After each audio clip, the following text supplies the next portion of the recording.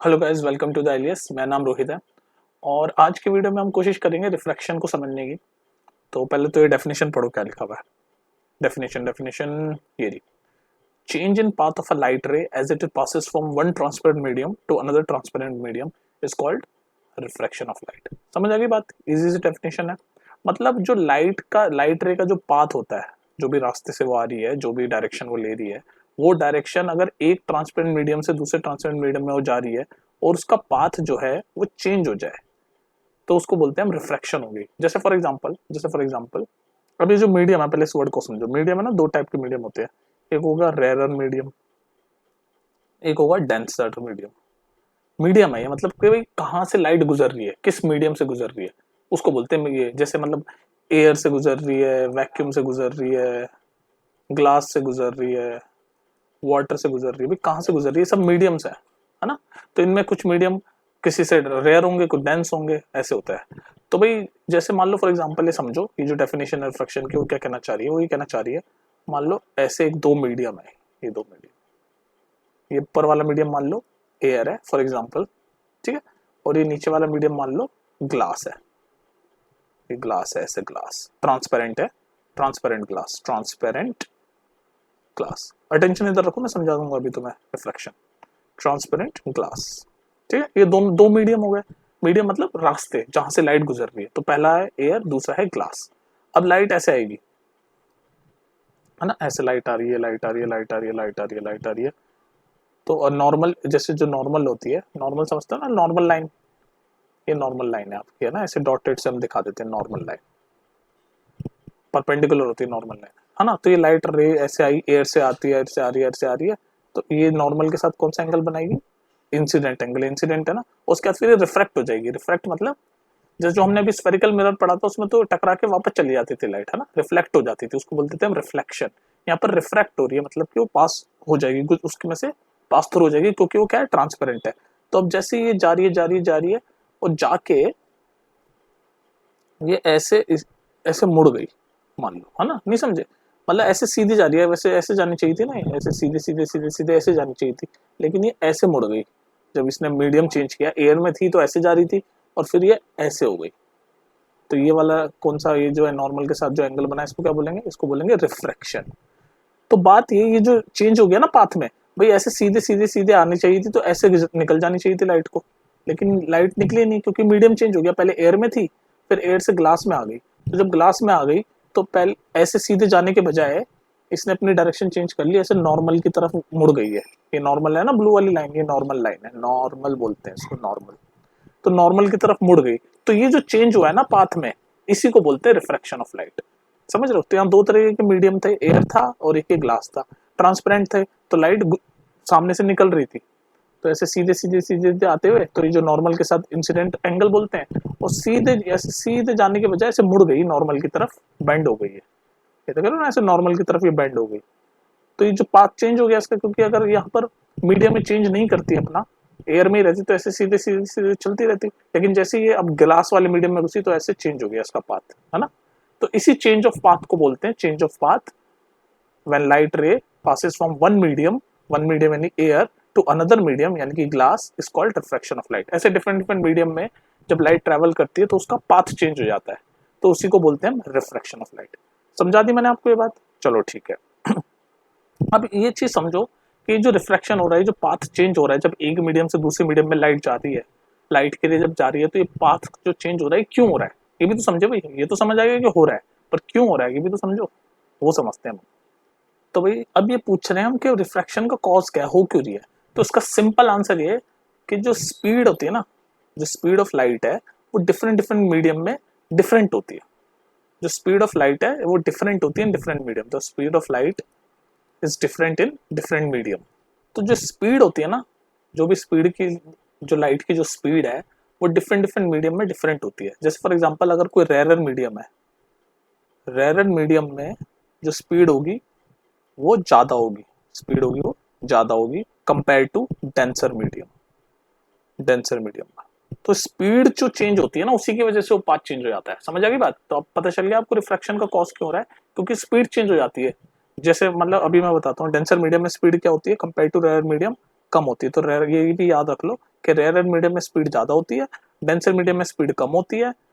और हाँ, बाकी की चीज़ें मैं बताऊंगा आपको रटने वाली भी, लेकिन अभी पहले समझो, ठीक है। ये हो गया। तो यानी कि क्यों हो रहा है refraction, speed of light change हो जाती है। जैसे फॉर एग्जांपल ये मैंने जो एग्जांपल दिखाया था आपको, इसमें क्या बताया था मैंने, ये रेयर मीडियम है, एयर जो है ये रेयर मीडियम है कंपेयर टू ग्लास, ये डेंसर मीडियम है।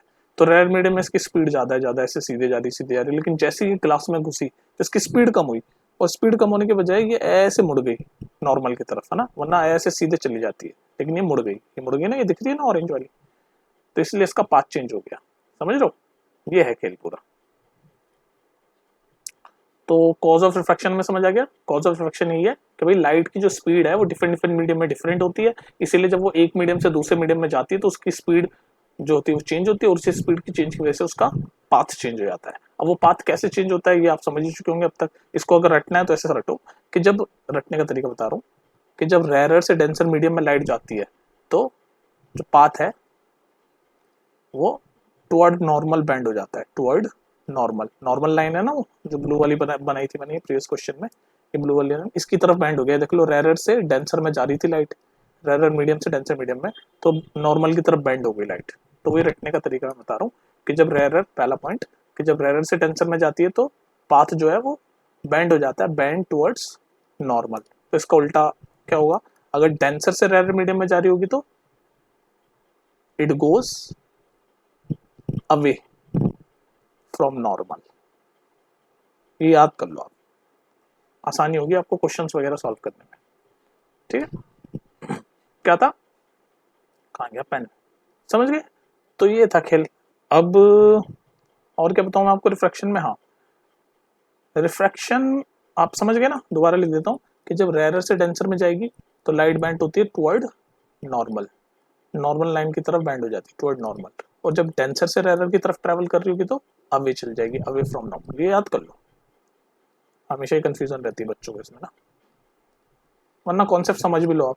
और ध्यान रखना क्या क्या चीज़ें याद करने वाली है, रेयर में स्पीड ज़्यादा होती है, रेयर मीडियम में, और डेंसर में स्पीड कम होती है, ठीक है। 1 मार्क में सारी चीज़ें घुमा फिरा के पूछ सकते हैं इसलिए। अब हम देखेंगे कि जो ग्लास स्लैब होता है ना आपका, ट्रांसपेरेंट ग्लास स्लैब, आपने लैब वगैरह में भी देखा होगा स्कूल में, उसमें कैसे लाइट रिफ्रैक्शन होता है वो देखते हैं, थोड़ा सा इंपॉर्टेंट है वो। हम देखते हैं जो हमने लैब वगैरह में जो ग्लास स्लैब होता है वो ऐसे रेक्टेंगुलर शेप का होता है, ग्लास स्लैब रेक्टेंगुलर। देख लेना लैब में जाके स्कूल में, तो ये तोड़ फोड़ तो मचाओ तुम लोग यार स्कूल में, लैब में जाके। मजाक कर रहा हूँ यार, क्या करें, बोल नहीं सकता मैं ऐसे कि तोड़ फोड़ मचाओ, नहीं, अच्छा साउंड नहीं करता। हमने तो मचाई है, लेकिन ये है ग्लास स्लैब रेक्टेंगुलर, ठीक है। और नॉर्मल, इसमें देखो मैं इस वाले एग्जांपल में ना आपको दोनों टाइप का रिफ्रैक्शन बता दूंगा, जब रेयर से डेंसर जा रही होगी और डेंसर से रेयर जा रही होगी लाइट, दोनों तरह का आपका चीज़ें दिख जाएगी इसमें, ठीक है। तो देखें जरा भाई, ऊपर वाला मीडियम में कौन सा है, एयर, फिर ये नीचे कौन सा है, ग्लास, है ना, फिर यहाँ से बाहर निकलेगी तो फिर से वापस एयर। और एयर जो होता है वो रेयर मीडियम होता है ग्लास से, अगर उसका मीडियम पूछें, एयर का जो मीडियम है वो रेयर होता है और ये डेंसर होता है, ठीक है। तो अब मान लो ये लाइट आ रही है भैया आपकी, ऐसे लाइट आई है, लाइट आई, लाइट आई, लाइट आई, नॉर्मल लाइन ऐसे बना देता हूँ मैं ऑरेंज कलर से, ये नॉर्मल है, नॉर्मल, ठीक है। तो ये लाइट आई, इसको बोलते हैं एंगल ऑफ इंसिडेंस, जो नॉर्मल के साथ बनाती है इंसिडेंट रे। तो इंसिडेंट रे आई, नॉर्मल के साथ इसने लाइन जो एंगल बनाया उसको बोला एंगल ऑफ इंसिडेंस। तो ये सीधी आ रही है, अभी रेयर मीडियम में, अब ये डेंसर मीडियम में घुस रही है। तो हमने क्या पढ़ा था, जब रेयर से डेंसर में घुसती है लाइट, ट्रेवल करती है, तो क्या वो नॉर्मल की तरफ बैंड हो जाती है। तो ये ऐसे सीधे नहीं जाएगी, ये बैंड हो जाएगी नॉर्मल की तरफ, ऐसे ये बैंड हो गई, देख रहे हो ना, बैंड होगी नॉर्मल की तरफ। और ये वाला जो एंगल नॉर्मल के साथ बनाते हैं उसको एंगल ऑफ रिफ्रैक्शन बोलते हैं, ठीक है। अब ये वाली डेंसर में आ गई, अब ये डेंसर में ऐसे चल रही है, चलती जा रही है, चलती जा रही, चलती, अब कोई चेंज नहीं हो रहा क्योंकि एक ही मीडियम है ग्लास, सीधे चल रही, चल रही, चल रही, चल रही, कोई दिक्कत नहीं है, कोई दिक्कत नहीं है, चल रही है। अब यहाँ पर मैं बनाऊँ एक नॉर्मल, ये बनाया तो नॉर्मल लाइन, ये बना नॉर्मल, अब बाहर निकल रही है ना, मीडियम चेंज हो रहा है। अब ग्लास में थी तो सीधी सीधी चल रही, चल रही है। अब चलने के बजाय अब ये ग्लास कौन सा है, डेंसर मीडियम है, और एयर कौन सा है, रेयर मीडियम है। और हमने क्या पढ़ा था अभी प्रीवियसली कि जब डेंसर से रेयर मीडियम में जाती है तो अवे फ्रॉम द नॉर्मल होती है। तो ये वैसे ऐसे ऐसे ऐसे ऐसे जानी चाहिए थी, अगर इसका मीडियम चेंज नहीं होता तो ये अपने पाथ पे ऐसे चलती रहती।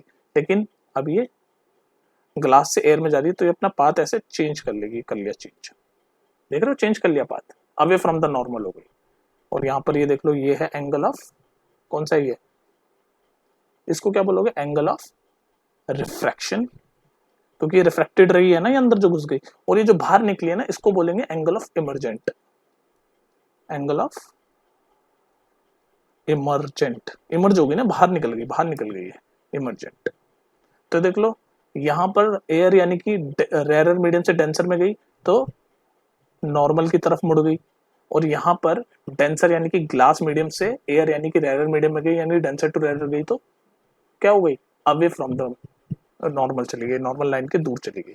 अब एक और चीज होती है, एक टर्म और सीख लो, तो समझ लो ना, दोनों टाइप के आपको दिख गए, रेयर से डेंसर में गई वो वाला भी दिख गया आपको, जब रेयर से डेंसर में गई तो टुवर्ड नॉर्मल, और जब डेंसर यानी कि ग्लास से एयर यानी कि रेयर में गई तो अवे फ्रॉम द नॉर्मल, दोनों हो गया।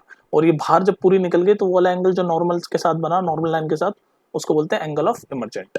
अब एक टर्म और होता है, वो मैं आपको बता दूं, 1 मार्क में पूछ सकता है, कि उसका नाम है लेटरल डिस्प्लेसमेंट। क्या होता है लेटरल डिस्प्लेसमेंट, देखो 2 मिनट में अभी समझ आएगा। लेटरल डिस्प्लेसमेंट, ये टर्म क्या है, ये टर्म ये है कि भाई ये जो इंसिडेंट रे है, जो सबसे पहले अंदर घुसी एयर से, सीधी सीधी चलती, अगर ऐसी सीधे इसको बिल्कुल सीधे चलते ट्रैवल करवा दूं मैं, ये भूल जाऊं सब रेयर डेंसर मीडियम, कोई पाथ चेंज नहीं हो रहा, तो ऐसे ऐसे ऐसे ऐसे ऐसे ऐसे ऐसे ऐसे जाती रहेगी, और यहाँ से ऐसे निकल जाएगी, है ना।